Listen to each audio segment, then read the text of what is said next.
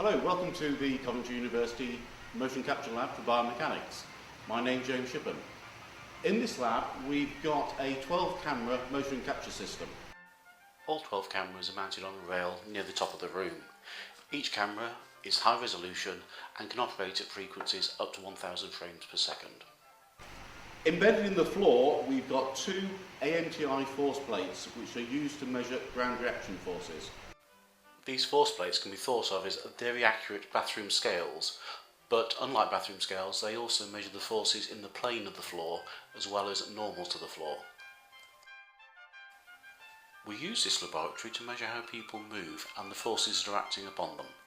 The process starts by attaching about 40 retroflective markers all over the subject's body. These are seen as small white dots in the photograph. Within this lab we can measure the movement of those markers better than about plus or minus 1 millimetre.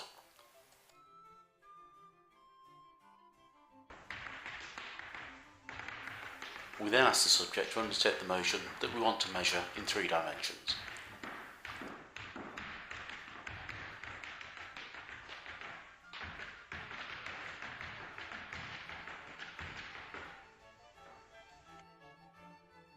The cameras don't actually see the subject at all they see are the markers that are attached to the subject. They're not actually photographing the image, they're actually measuring the locations of those markers. Those markers are shown in this animation as little yellow dots that are being connected by green lines.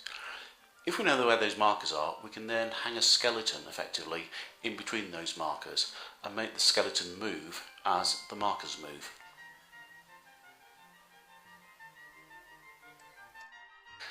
The next step in the analysis process is to include the muscles into the skeleton model.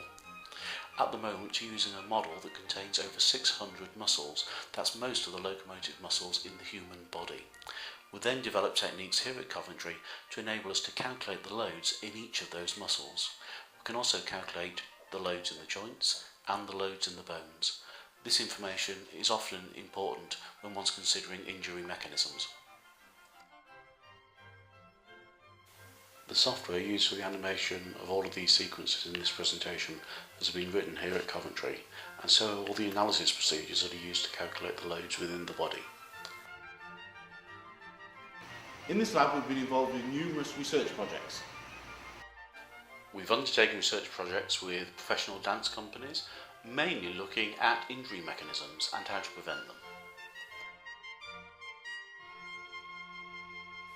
We've also worked with river dance, and we've shown that very subtle changes to the dance choreography, so subtle it wouldn't be noticed by the audience, can have a marked effect on reducing the injury rates. We've analysed the fast bowlers of the England cricket team. We were looking at back injuries and how it correlates to bowling action. In fact, we analysed them just before they won the Ashes, so who knows, maybe the Ashes were actually won in Coventry.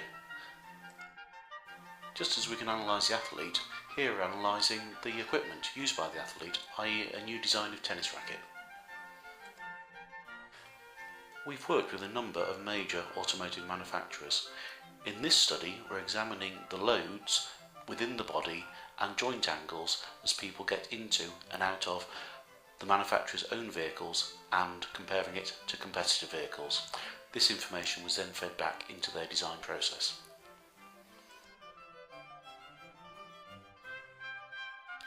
This subject is paraplegic. He's paralysed from the mid-chest level down. A major problem with paraplegia is that bone death occurs in the legs because the legs are not being loaded. You might notice his legs are actually moving, and that's because we've attached stimulating electrodes to the muscles to get them to fire to reproduce the rowing action. Through rowing, loads are being applied back onto the bones.